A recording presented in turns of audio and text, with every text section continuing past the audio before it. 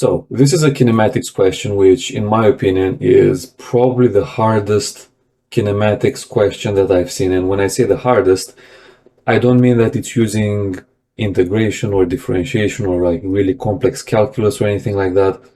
It's a difficult problem. It's the most difficult kinematics problem, which just uses uniform rectilinear motion. So in other words, the only formula that this question uses is the well-known velocity is distance over time.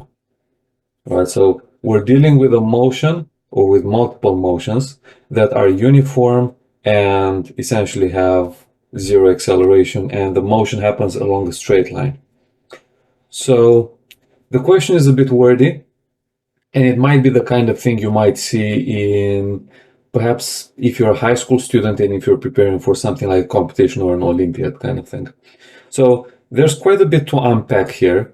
So let's first slowly try to read the question, understand it, and then we'll try to solve it. Now, if you have any suggestions for any problems you find difficult, let me know in the comments and I'll most likely go over them.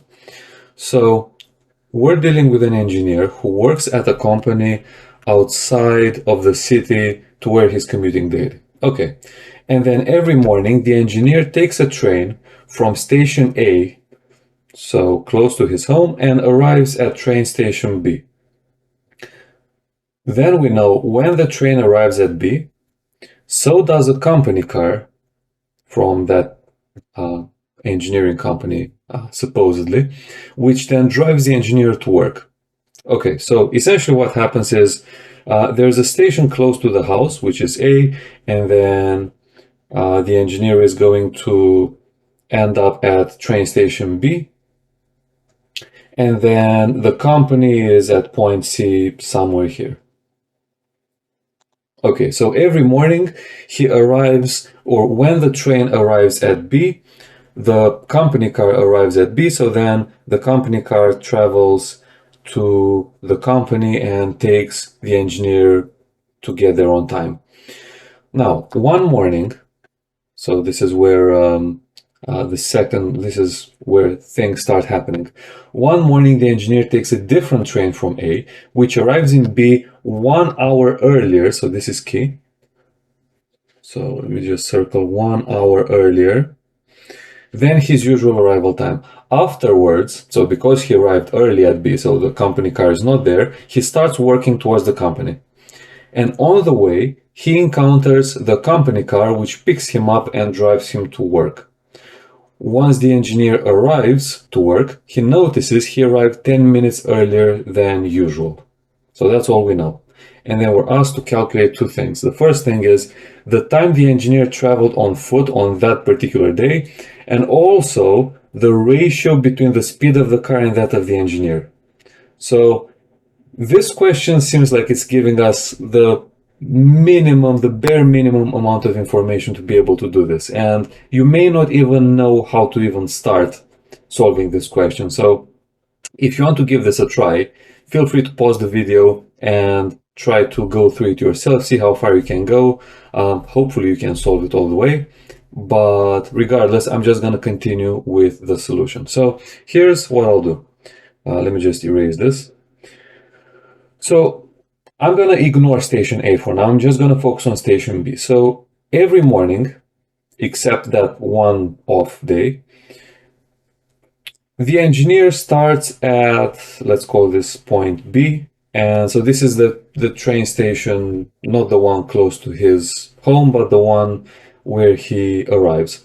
And then the company is somewhere here. And every morning he arrives at a certain time. Let's call this time T1. And he arrives at C at another time that we call T2. Okay, we don't know what those times are. The question doesn't really tell us anything at this point.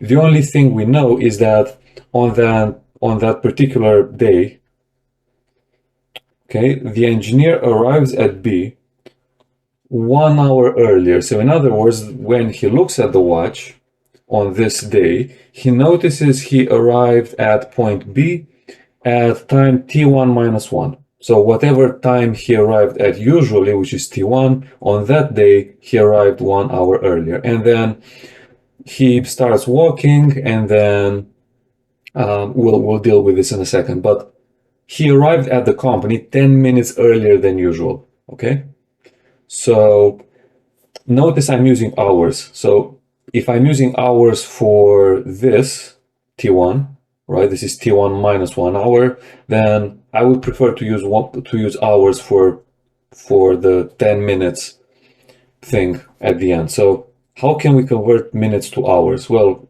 obviously we know that 1 hour is 60 minutes. So 10 minutes is 1/6 of an hour, right? It's nothing too complicated. So on this day, he arrived at the company 10 minutes earlier than usual. So if usually he arrived there at T2, then on this day he arrived at T2 minus 1/6 hours. Okay, so if usually he arrived at 9 a.m., then in this case he would arrive at 8:50 a.m. and so on. But we don't know what T1 and T2 are, so we just treat them as variables. Okay, now in this case, when he arrived 1 hour earlier, he starts walking towards C. So he starts walking, and then at this point, let's call this point maybe D.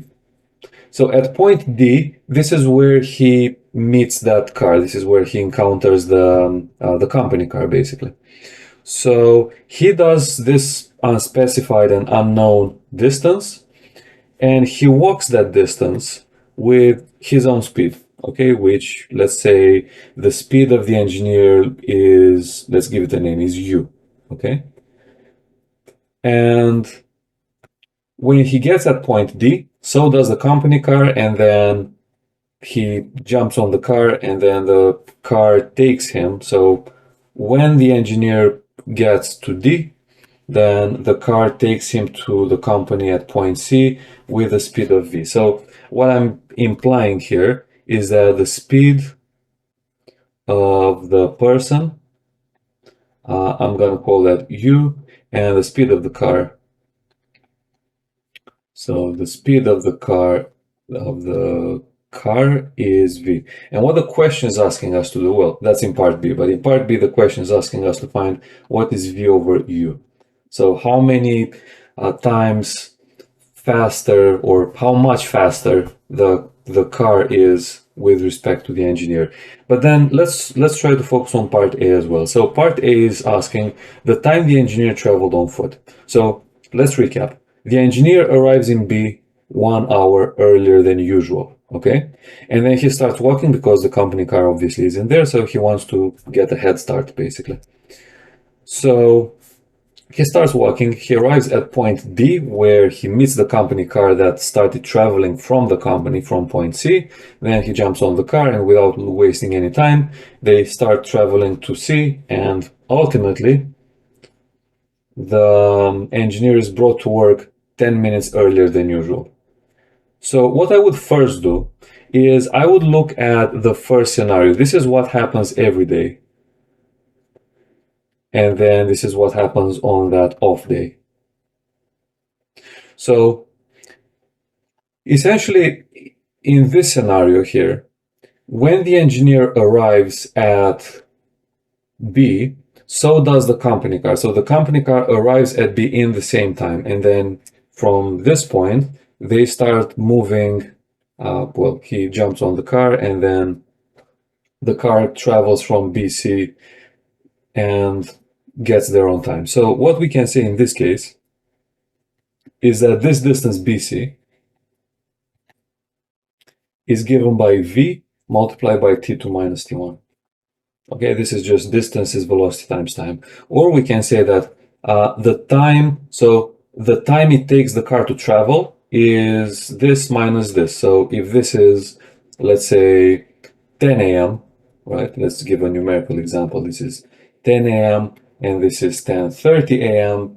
Then the time it takes the car to travel is half an hour, or T2 minus T1, because we don't actually know any of the times. So we can say that T2 minus T1 is going to be equal to BC divided by V.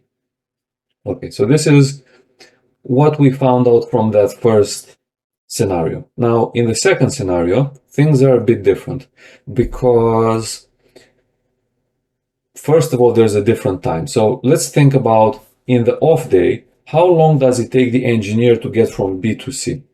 So in the off day, so what's the time to get from B to C?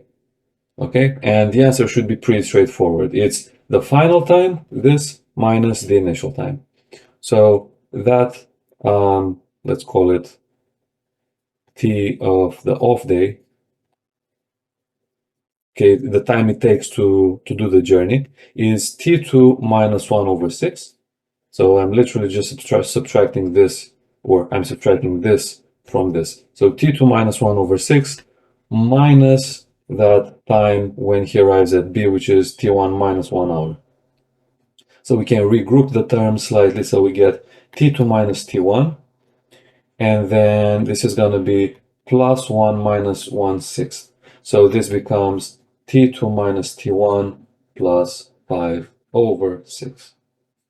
Okay, so that's what it is. So in this off day, it takes the engineer more time to travel between point B and the company, which makes sense because there's a large portion of the, or we don't know it's a large portion of the road yet, but there's a certain portion of the journey that he travels on foot. So if usually it takes the engineer T2 minus T1 to get to work from B, on this day it takes him T2 minus T1, so the same amount, but plus this 5/6 of an hour, which should be 50 minutes.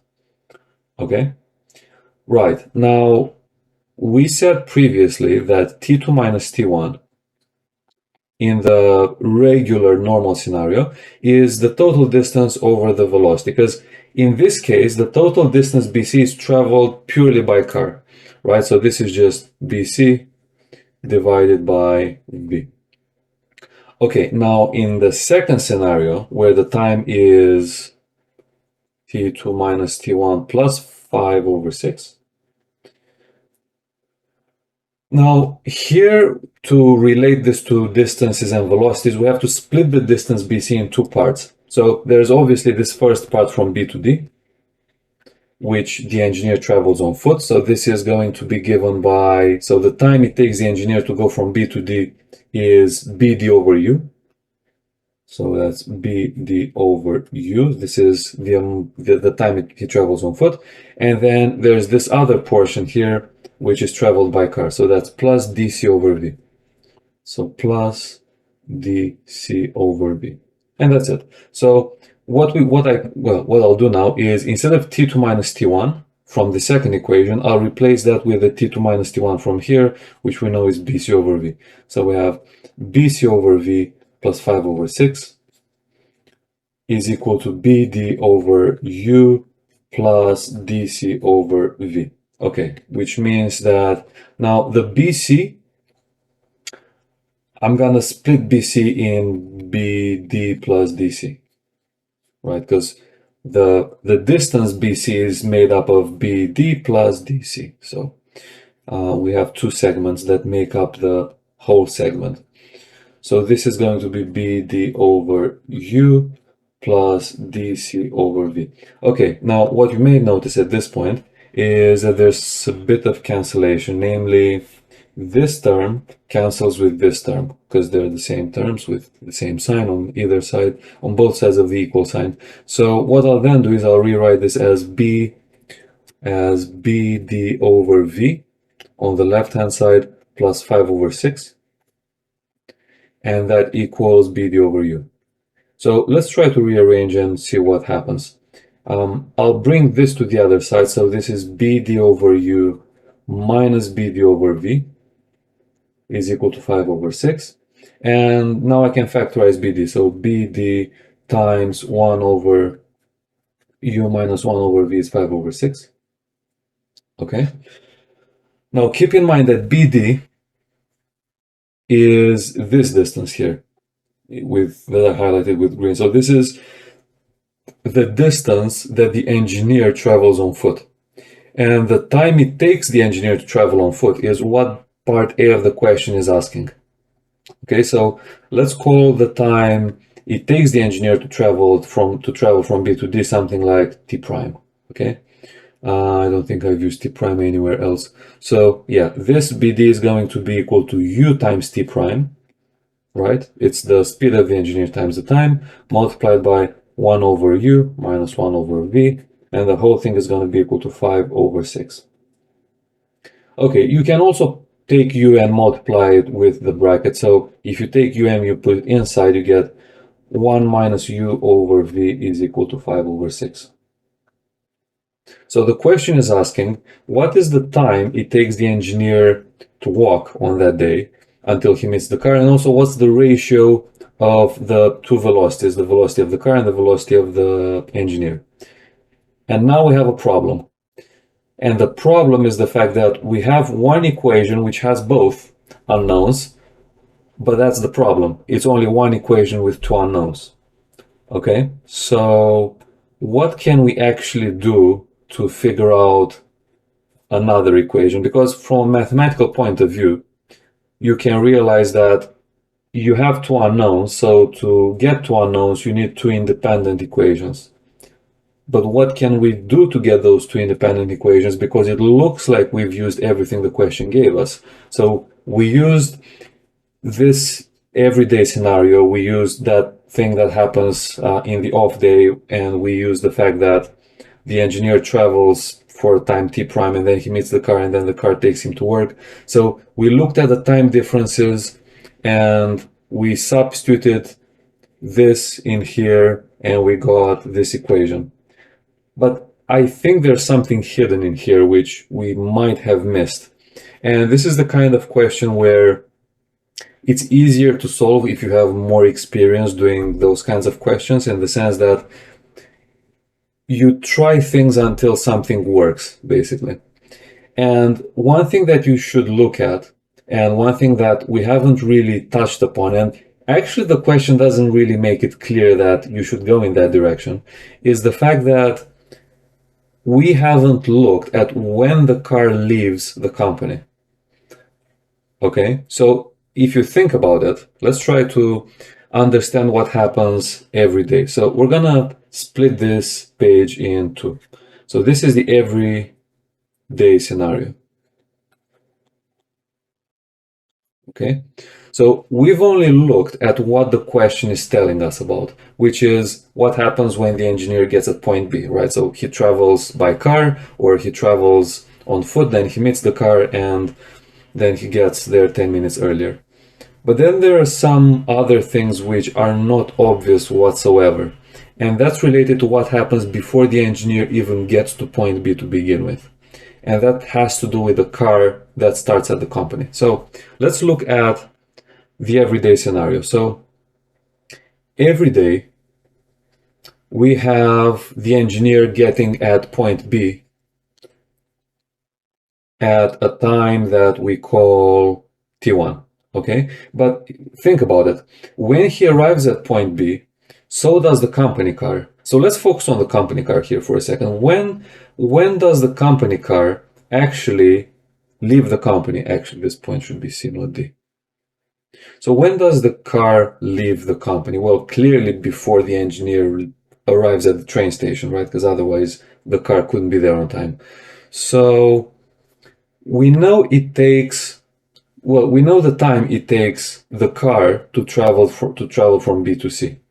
So that time that it takes the car to travel from B to C is given by this, or this, BC over V, right? So to get from B to C, the car takes an amount of time which is BC over V. But this is also the time it takes the car to travel from the company to point B to pick up the engineer. So in other words, the car has to leave the company at a time which is T1 minus BC over V.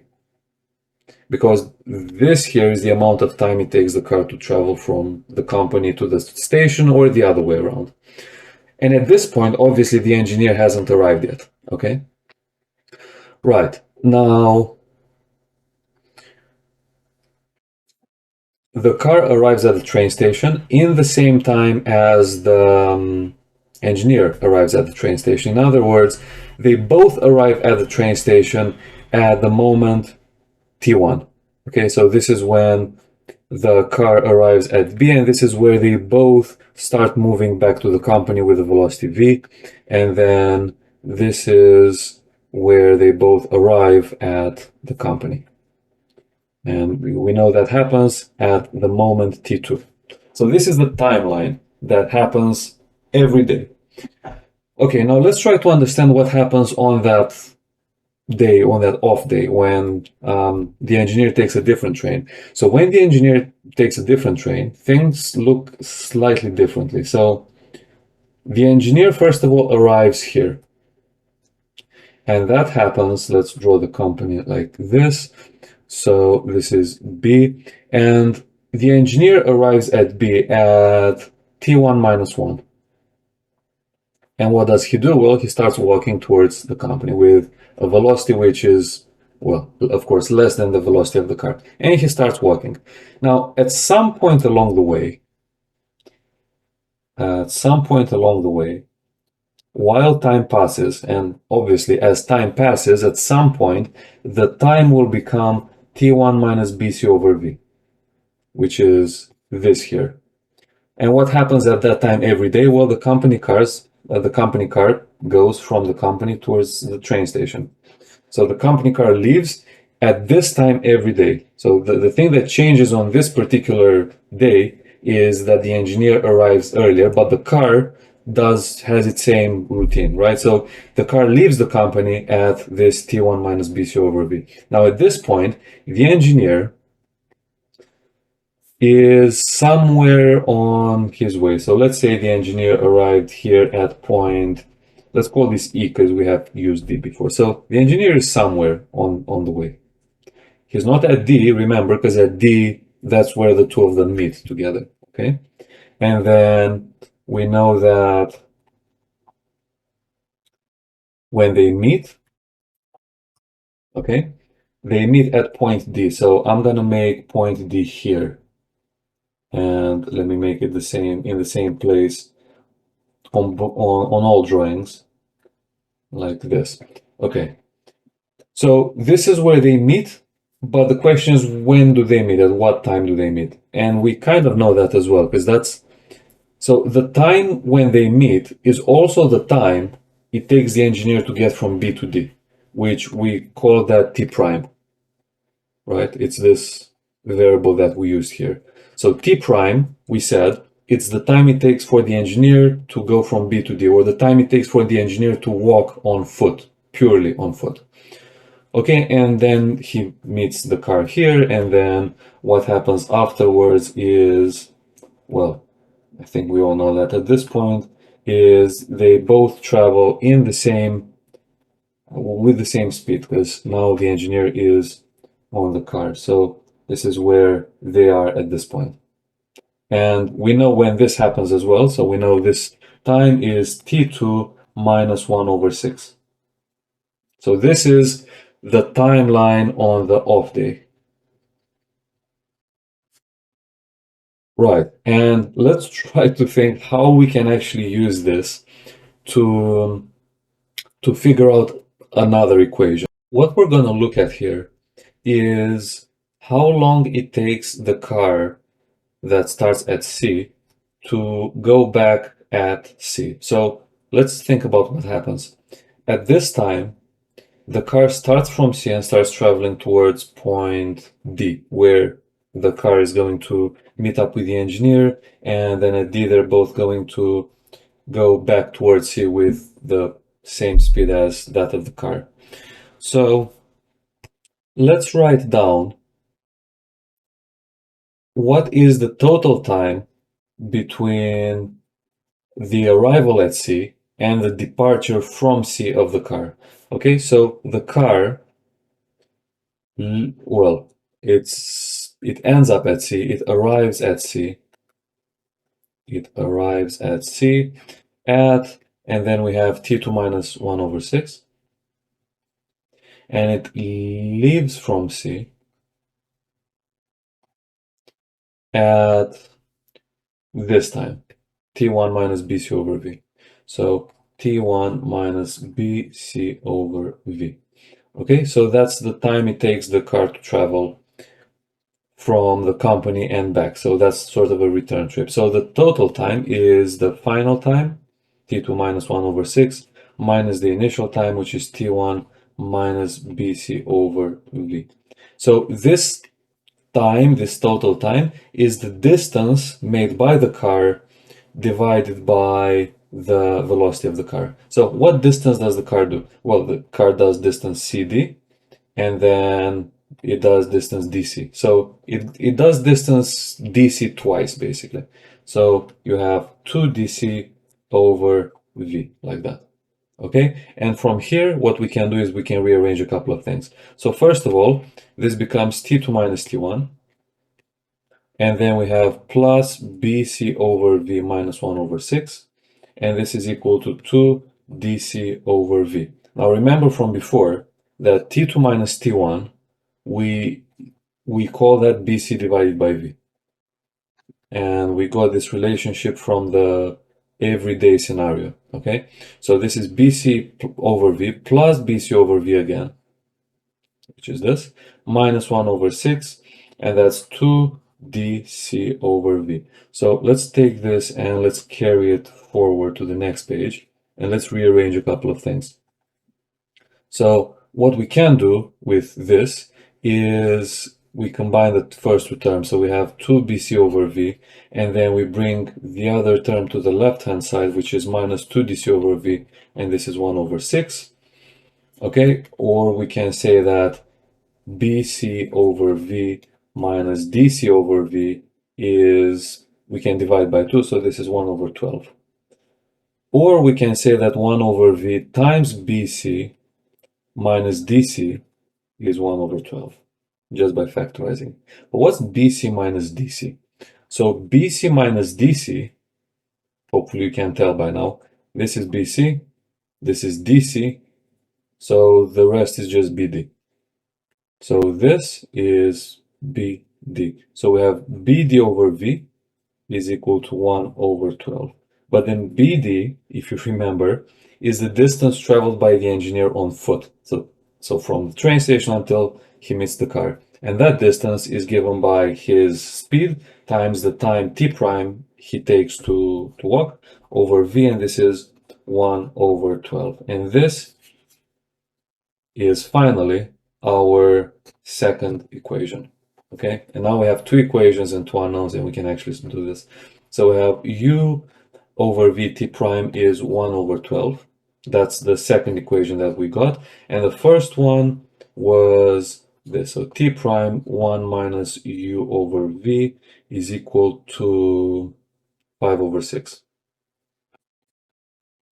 Okay, and at this point, this is just a maths problem. So this is one unknown, u over v is one unknown, and t prime is another unknown. So let's maybe do a substitution. Let's start with the top equation, and let's say that here t prime is 1 over 12 v over u. So we substitute back into the first equation, which I wrote it second.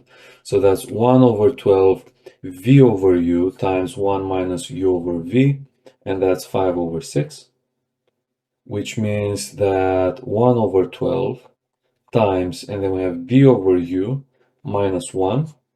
So I'm just multiplying things in brackets, and this is 5 over 6. Okay, what you can probably see is that this and this cancel out and you get 1/2. So we have 1/2, and then v over u minus 1 is equal to 5, which means that v over u minus 1 is equal to 10, which means that v over u is equal to 11. And that's actually part B. Okay, so depending on which one you find out first, you either solve A or B first, but either way it's correct. So we found that the velocity, the ratio of the velocities, the velocity of the car divided by the velocity of the engineer is 11. So the car moves 11 times faster than the engineer. So now let's find the time it takes for the engineer to walk on foot. So that's 1 over 12 So I'm using this formula here, by the way. So 1 over 12 V over U, which is 11. So it's 11 over 12 hours. So this is how long the engineer works, which is a bit weird. So let's convert this into minutes. So to convert this into minutes, we just do 11 over 12 times 60 minutes. And well, you can see that those cancel out and you get 5. So the answer is 55 minutes. So it takes the engineer 55 minutes to walk on foot, while the ratio of the velocity of the car to the velocity of the person is 11. That's the question. If you know any simpler way of doing this, I would be really happy to see what you think. But this is how I thought of doing it. So first of all, you have to look at what happens to the two different scenarios, and first you essentially look at the engineer traveling from B to C on this day, and then you look at what happens to the car and when the car leaves and when the car arrives. So there's quite a bit to think of actually for a kinematics problem that just uses this formula. And yeah, so if you look through it again, you'll see that we just applied this formula many times, which is distance over time or distance over velocity to get time. But yeah, in my opinion, this is the hardest kinematics problem with just uniform motion that I've ever come across.